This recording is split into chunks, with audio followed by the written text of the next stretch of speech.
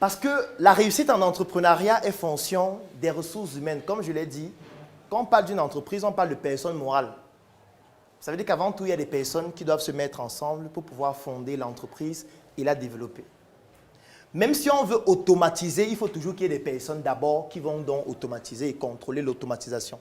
Donc on ne peut ne pas faire avec les personnes qui sont là. Et pour avoir des personnes fiables, des personnes crédibles, des personnes à qui on peut faire confiance, il faut dompter ces personnes-là d'une manière ou d'une autre. Et pour les dompter, qu'est-ce qu'il faut faire? Il faut créer une communauté où on va piocher à l'intérieur pour avoir ces personnes-là. L'une des techniques a été de créer la religion.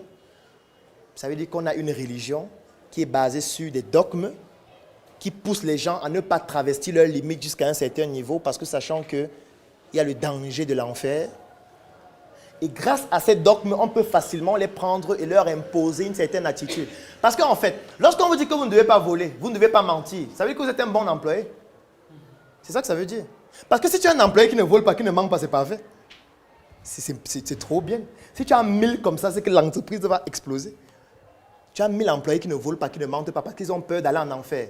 Mais sauf qu'ils sont tes employés, donc ils ne volent pas, ils ne mentent pas dans l'entreprise. C'est parfait. Donc on a utilisé la religion pour impacter la réussite en entrepreneuriat. Maintenant, je vais prendre un autre cas d'exemple, parce que ce n'est pas seulement la religion. Il y a l'école.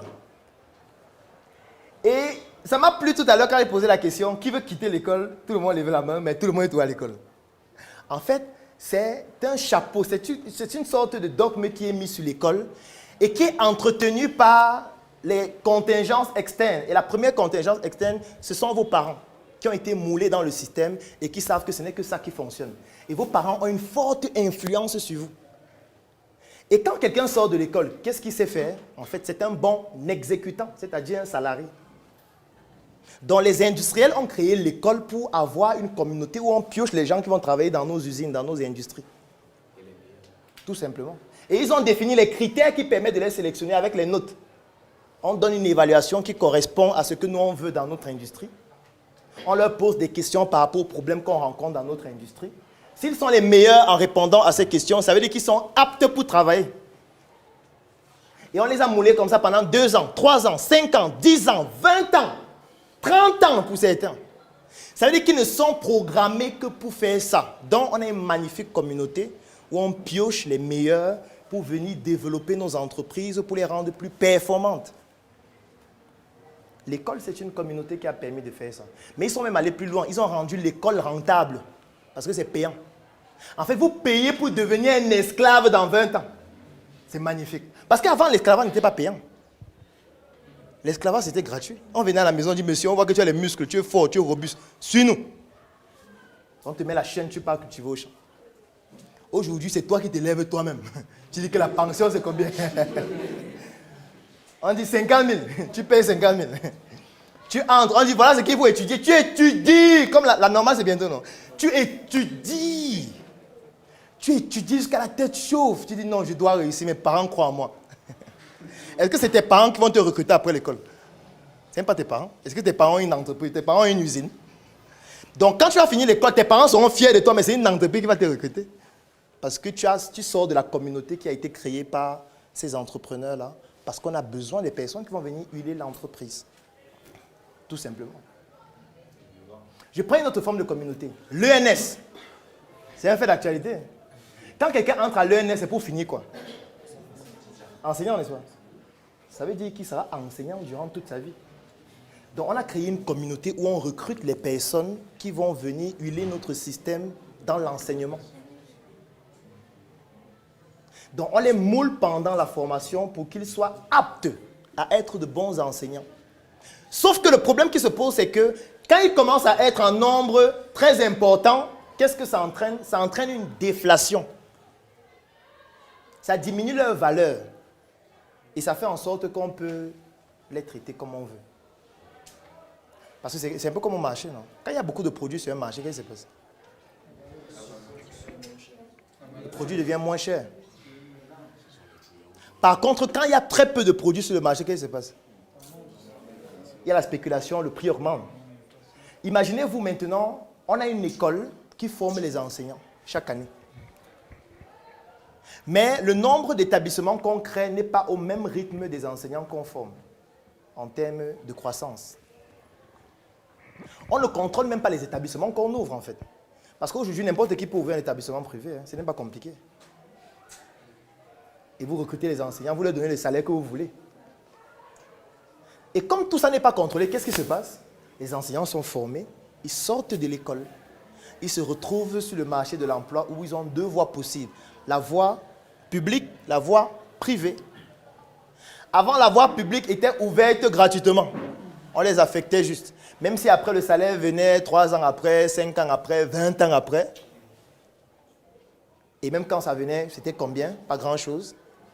Il y a la voie privée où c'est la loi des patrons. Ce sont les patrons qui font la pluie et le beau temps. Ils te recrutent quand ils veulent, ils peuvent te virer le lendemain s'ils veulent. Et rien ne va se passer. Et si tu veux porter plainte, tu n'as pas les moyens de faire un procès. Parce que tu ne pourras pas te payer un avocat. Parce que tu touches d'abord combien? Jusqu'à tu peux payer un avocat pendant 6 mois. Et si c'est que tu deviens têtu, on recrute quelqu'un qui vient de sortir, qui a envie de travailler, même gratuitement. Parce qu'il a encore la niaque. Il dit qu'il veut rester à la maison, on fait quoi? Allons nous faire l'expérience sur le terrain. Et il ne sait pas qu'en acceptant de travailler gratuitement, il est en train de dévaloriser tous les enseignants. Il y a certains qui ont dit 50 000, il dit non, c'est trop cher. Comment vous êtes fou? 50 000, moi enseignant, 50 000, fichez le camp. Dès qu'il sort, l'autre vient dire comment je suis prêt à travailler gratuitement. On recrute donc 20 qui viennent travailler gratuitement. Et puis à partir d'un temps, on leur dit, bon, vous avez beaucoup travaillé quand même, on va passer à 20 000. On va commencer progressivement. Donc ça aussi, c'est une communauté qu'on a créée. En fait, les écoles sont des communautés qu'on crée dans le but de recruter des personnes à venir travailler dans une structure donnée, qu'elle soit publique, privée ou confessionnelle. Les religions sont des communautés qui impactent l'entrepreneuriat. Parce qu'il n'y a aucune communauté religieuse qui ne fait pas l'entrepreneuriat. Aucune. Il n'y a aucune communauté religieuse qui ne fait pas l'entrepreneuriat. Les catholiques ont leurs écoles. Les catholiques font l'agriculture. Les catholiques font l'immobilier. Les protestants ont leurs écoles. Les protestants ont leurs hôpitaux, comme les catholiques. Ça veut dire qu'ils font l'entrepreneuriat. Quelles sont les personnes qui travaillent dans leurs hôpitaux? Ceux qui sortent de l'église, qui savent qu'on ne ment pas, on ne vole pas, on respecte le Seigneur. Donc, on a déjà créé en eux les normes dont on a besoin pour faire fonctionner de manière optimale nos projets entrepreneuriaux. Donc, on a créé ces communautés afin que ces communautés permettent à nos projets entrepreneuriaux de réussir.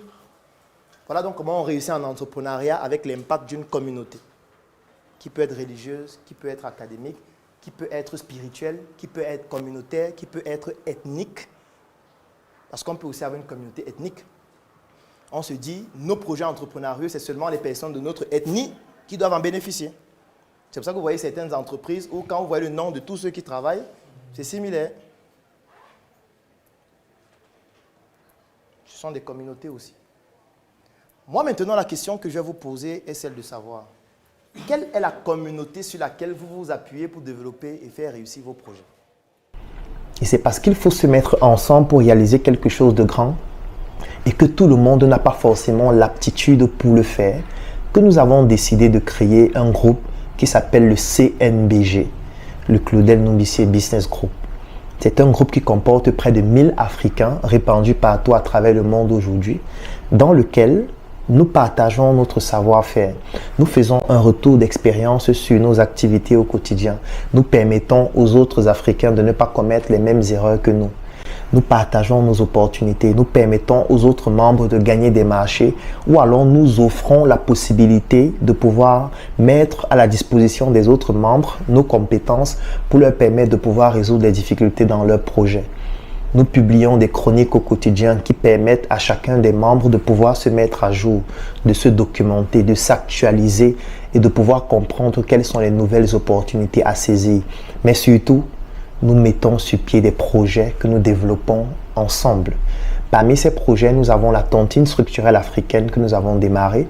Nous avons le projet Njuka, qui est une industrie agroalimentaire. Nous avons le projet Smart City, où nous sommes en train de construire des logements qui vont être mis en vente pour permettre à des personnes d'avoir des logements de qualité. Et il y a d'autres projets qui viendront au fur et à mesure de ce type-là. Vous aussi, si vous ne savez pas comment faire, vous pouvez nous rejoindre pour vous inspirer de ce que nous faisons. Mais surtout, vous pouvez le faire vous-même. Entre vous enseignants, entre vous médecins, entre vous ingénieurs. C'est tout à fait possible. Et si vous rencontrez des difficultés, si vous ne savez pas comment procéder, si vous ne savez pas par quoi commencer, écrivez en commentaire « Je souhaite rejoindre le CNBG » ou alors « Je souhaite rejoindre le Claudel Nombissé Business Group » et vous pourriez vous inspirer de ce que nous faisons afin de pouvoir vous aussi l'appliquer dans votre secteur d'activité. Et étant donné que nous sommes sérieux et nous avons besoin des personnes sérieuses pour réaliser des choses sérieuses, nous avons décidé de faire en sorte que ce ne soit pas un groupe qui soit ouvert à tout le monde. Parce que quand quelque chose est ouvert à tout le monde, ça devient quelque chose de quelconque et du coup, ce n'est plus intéressant. Donc l'accès à ce groupe coûte 120 000 francs pour 12 mois pour toutes les personnes qui résident au Cameroun. Et si vous êtes à l'extérieur du Cameroun, ça vous revient à 200 € tous les 12 mois. Si c'est une opportunité qui vous intéresse, si vous souhaitez enfin prendre le pouvoir sur votre propre vie, afin de ne plus laisser votre vie sombrer dans les mains des autres ou alors dans la providence, rejoignez le Claudel Nombissé Business Group en écrivant tout simplement en commentaire « Je souhaite rejoindre le Claudel Nombissé Business Group » afin qu'ensemble, nous puissions bâtir des projets d'une envergure beaucoup plus importante. Donc, écrivez en commentaire « Je souhaite rejoindre le CNBG » ou alors contactez-nous inbox et nous allons entrer en contact avec vous pour vous permettre de pouvoir enfin prendre le pouvoir sur votre propre vie et développer des solutions qui vont vous être utiles à vous en premier. Mais sachez que pour le faire, il faut qu'on soit ensemble. Écrivez-nous en inbox, écrivez en commentaire pour nous rejoindre. Et surtout, portez-vous bien. Le Business Group, c'est un groupe que nous avons créé qui est sur Telegram et qui bientôt sera disponible en application Android et iOS, dans lequel je produis des chroniques chaque matin sur des thématiques business. Chaque week-end, tous les membres font du networking en partageant leurs opportunités, leurs affaires et leurs business. Et nous avons une tontine que nous faisons ensemble qui s'appelle la tontine structurelle africaine, qui permet à ce qu'on cotise de l'argent et puis on implémente des projets de grande envergure. Des projets dans le domaine de l'immobilier, de l'industrie, ainsi de suite. Donc voilà globalement ce que c'est.